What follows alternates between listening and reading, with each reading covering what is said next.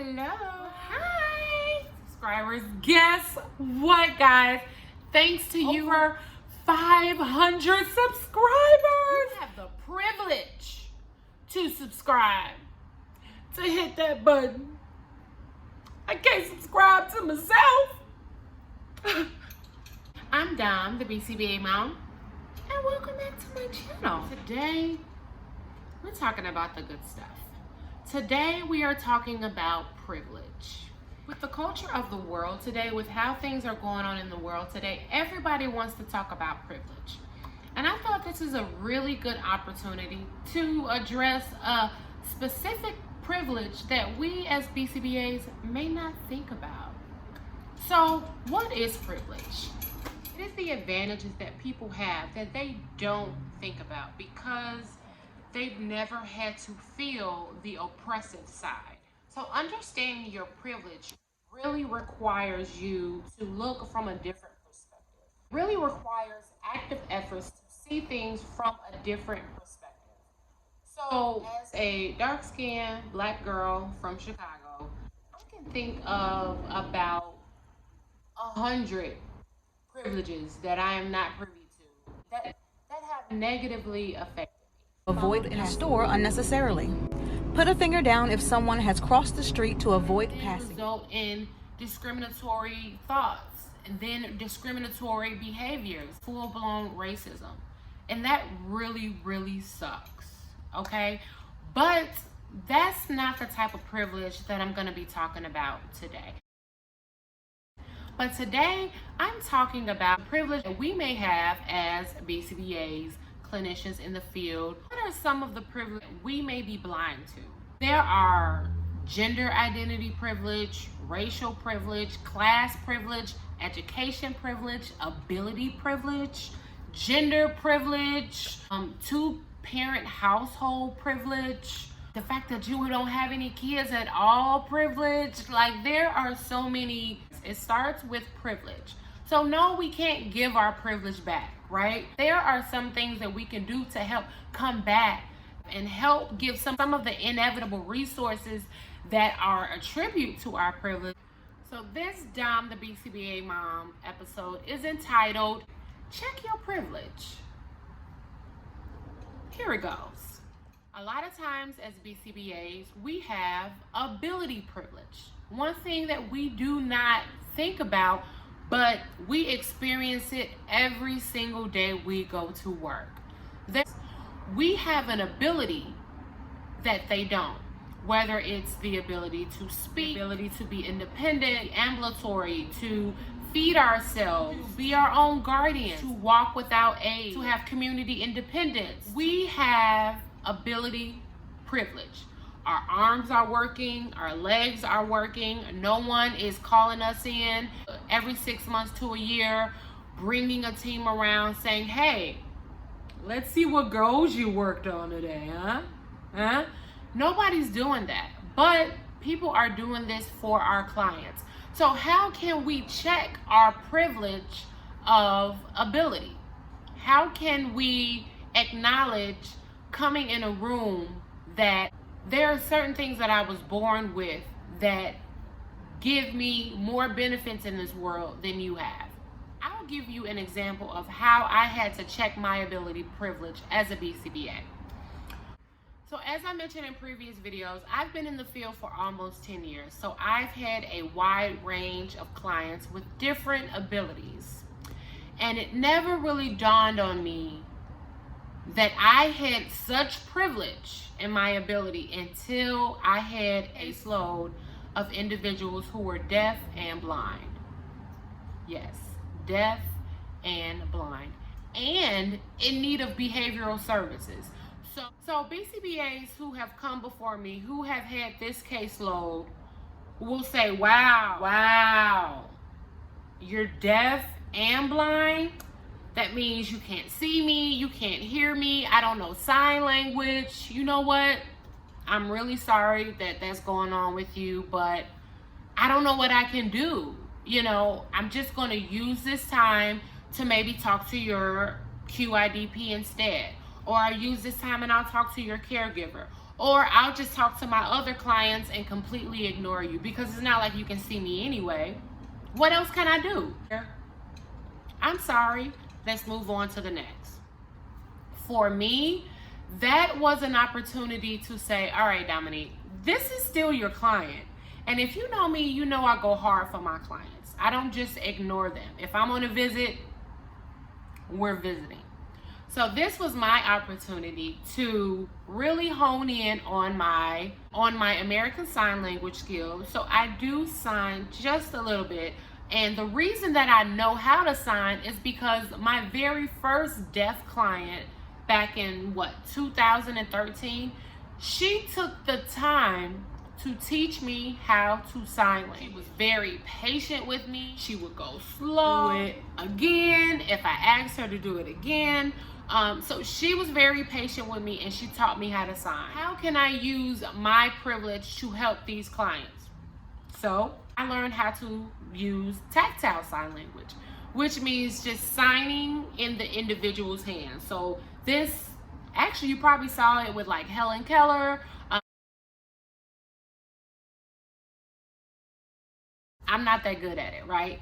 So, but I had to take the time, the extra moment, the extra resources. I had to take time out of my schedule to practice my sign language and to practice my tactile sign language. On top of that, I made communication cards and I made them with Braille. So my clients, they could also read in Braille. I couldn't read in Braille. And they are able to communicate their wants and their needs. I think it is very selfish to realize that you have a privilege, to identify that and understand that and do absolutely nothing about it. There is always something you can do to help allocate some of the benefits that you receive from your privilege to the underserved population. So that's just one example. There are many things you can do with your clients. Another thing I had to identify was education privilege. As a BCBA, it kind of goes without saying that you are educated. A prerequisite for being a BCBA is you have to have a master's. So there comes a lot of privilege when you are educated.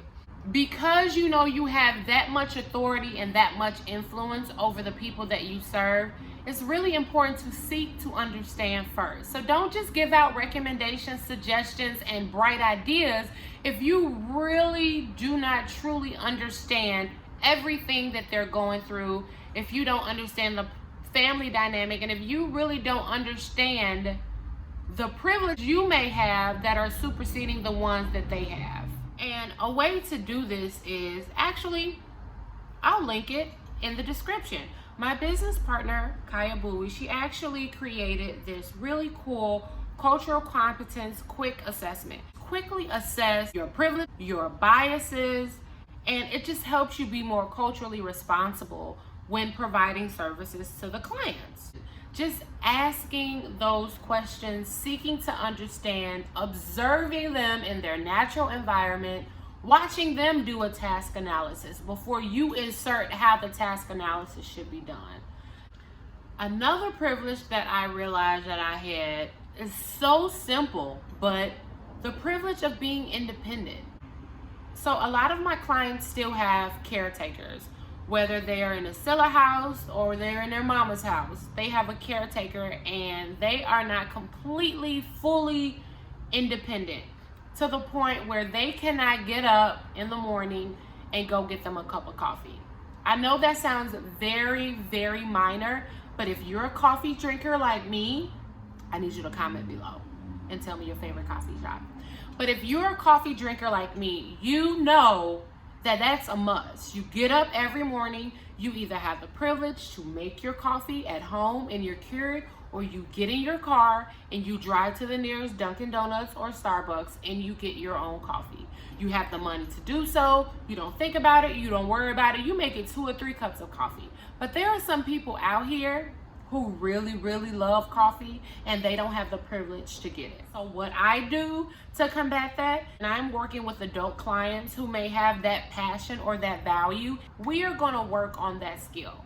So, hey, Monica's here. Let's go get coffee. Like on days we can't go out, I may bring them coffee, and on days we can't go out, Everybody put your shoes on, put your coat on, let's take a walk, let's go get coffee. While we're going to get coffee, we are working on community safety skills. So you can eventually go and get coffee yourself one day. How do you make coffee and be safe, not burn yourself? Get enough cream and enough sugar. Taking turns. We're working on money management. We are working on all of these skills that people overlook because it is a privilege to have the ability to just make a purchase whenever they want. So we have to get off our high horse sometimes, even if we don't think we're on a high horse. Everybody has privilege. Everybody has a bias, whether it's implicit, unconscious, we all have them.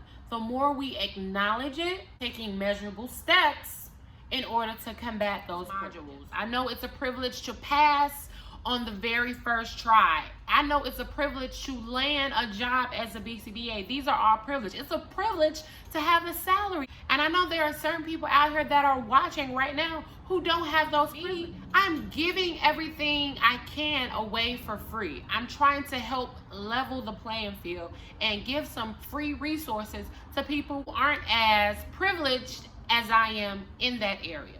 You can do that in anything that you do. I'm privileged to know the Lord.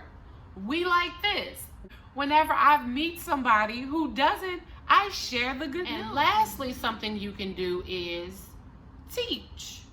Whomever it is that you are called to teach, whether that is your kids because you're a parent, whether that is your staff members because you are a BCBA, whether that's your cohort because you're in class, whomever you come in contact with, teach them ways to identify their biases, identify their ways to combat those. The more we all talk about all of these discrepancies, discriminations, and talk about privilege, then that's how we unite and engage in solidarity and letting those know who don't share the same privilege as us that I see you, I got you, I'm here for you. That is what's going to help us grow as a field of behavior analysts. Check your privilege, boo. So that is all that I have for you today. Yeah. So if you liked what you heard, please do not forget to hit that subscribe button below and hit the bell so you get notifications on all of my new content because it's coming and it's gonna be so good. Keeps getting better. But thank you to all of my new subscribers. Guess what, guys? I've reached over 500 subscribers. Thank you so much, guys. I see every single one of you. When you subscribe, I see it. And it really reinforces my behavior to keep going, to keep sharing. So please keep subscribing, guys. Please keep commenting. Please keep watching, sharing. I just love you so much.